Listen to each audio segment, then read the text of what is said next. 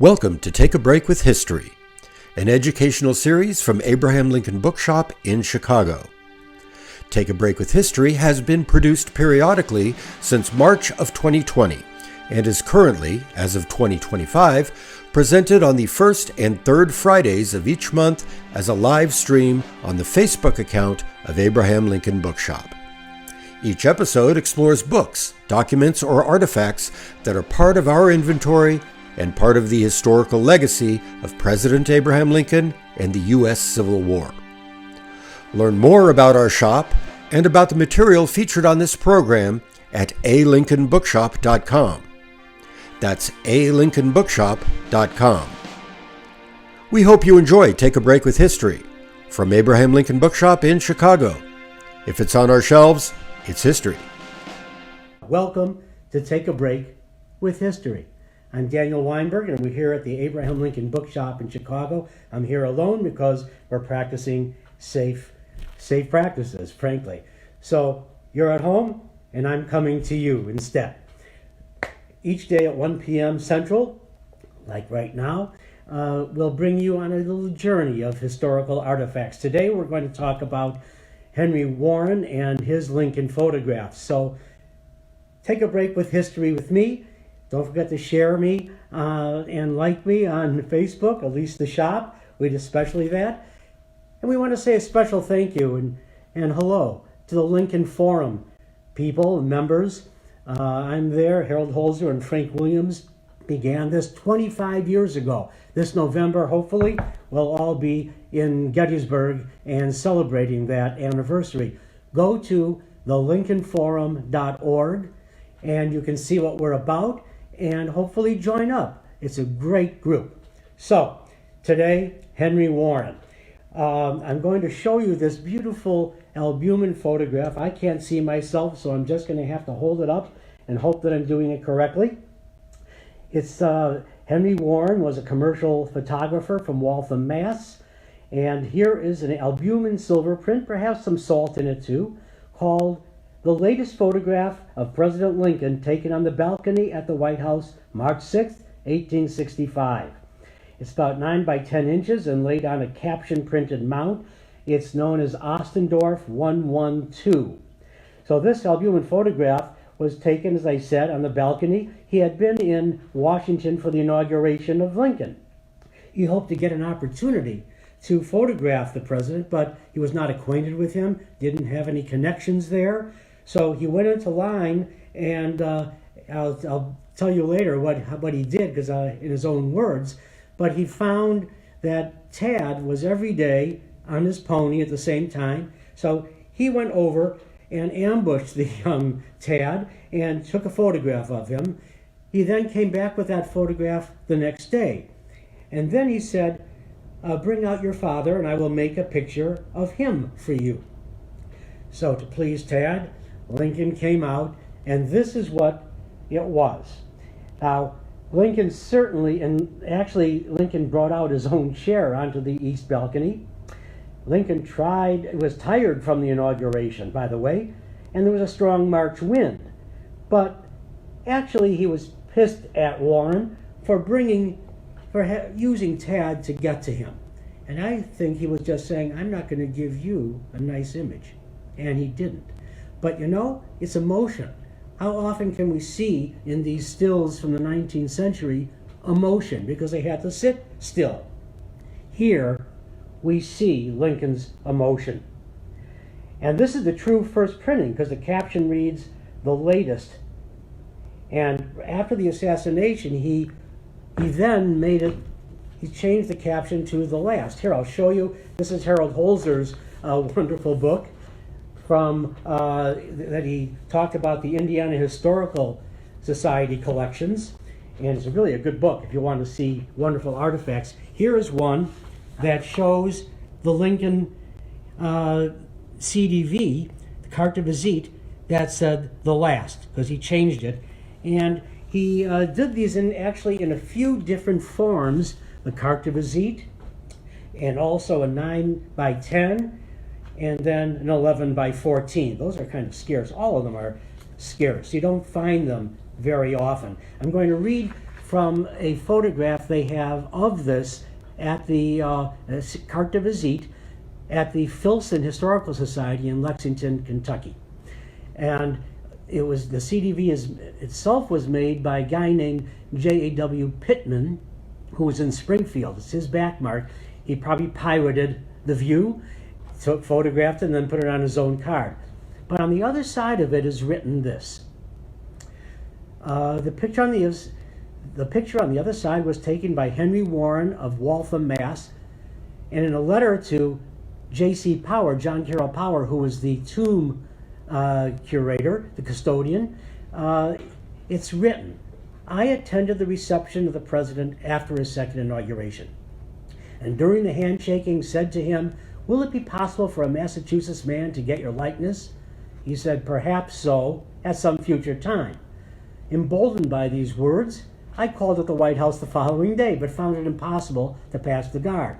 Espying the president's son, Tad, driving by in his pony, I called to him and requested the favor to take a picture of himself, and to me, which he readily granted.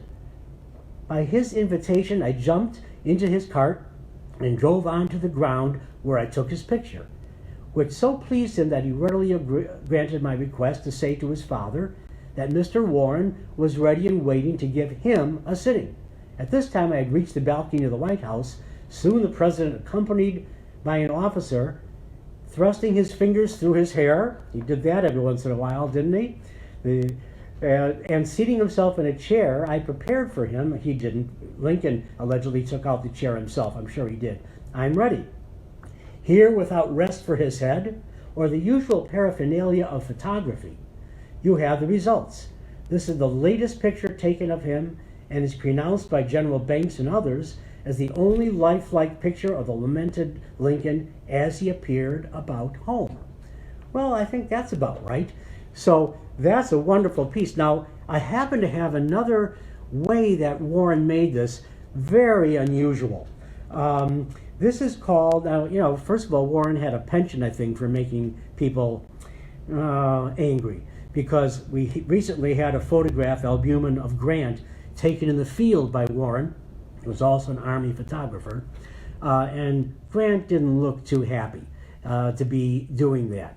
So maybe that was Warren that people reacted to.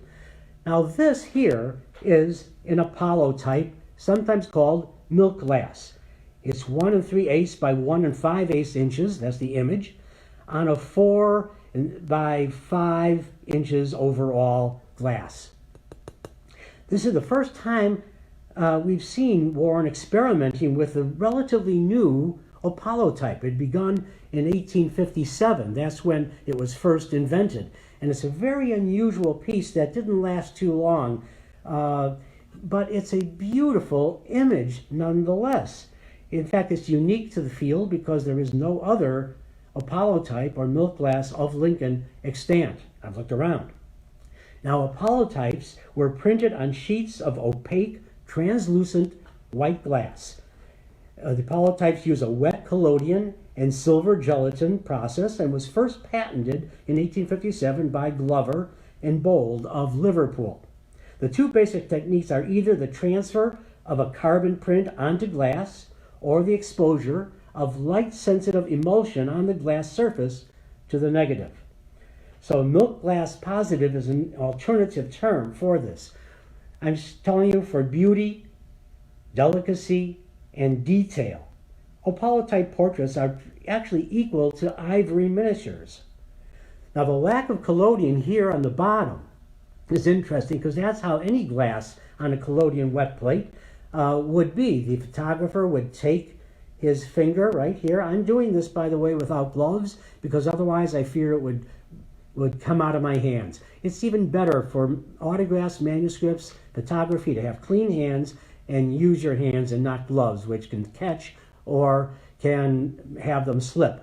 So he would take and put on the side, right at the corner. He'd pour some collodion on and then try to get it even throughout.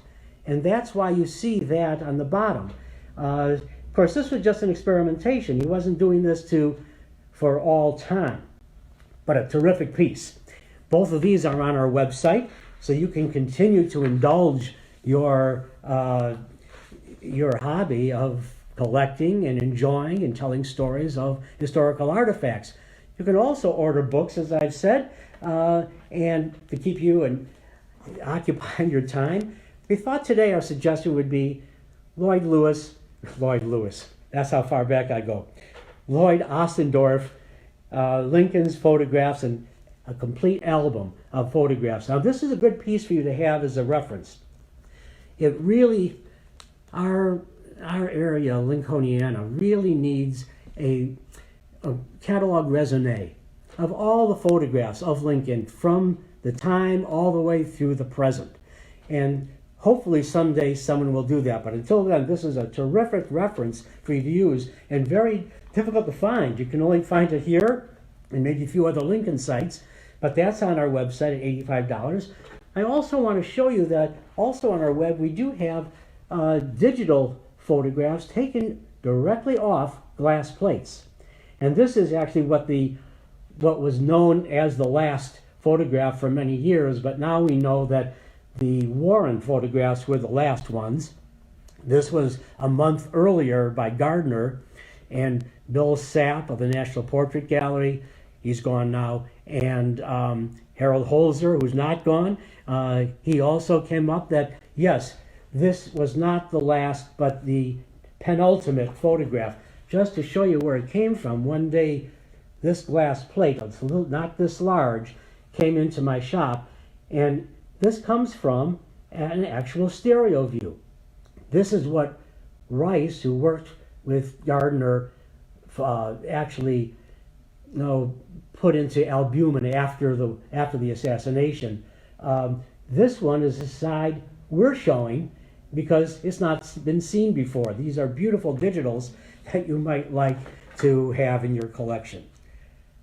So, thank you so much for being with us on Take a Break with History. We're going to be here again at 1 p.m. Central tomorrow. I think we have 3 bronzes by Bissell from 1898. Gorgeous pieces. And I love bronze because it's so wonderful to hold and fondle, for that matter. So we all need a break. Thank you for taking it with us. And don't forget, in this age of maybe toilet paper scarcity, don't use books. Maybe paperbacks, mass paperbacks, okay. Just like John Wilkes Booth did with his diary when he was trying to escape. See you tomorrow.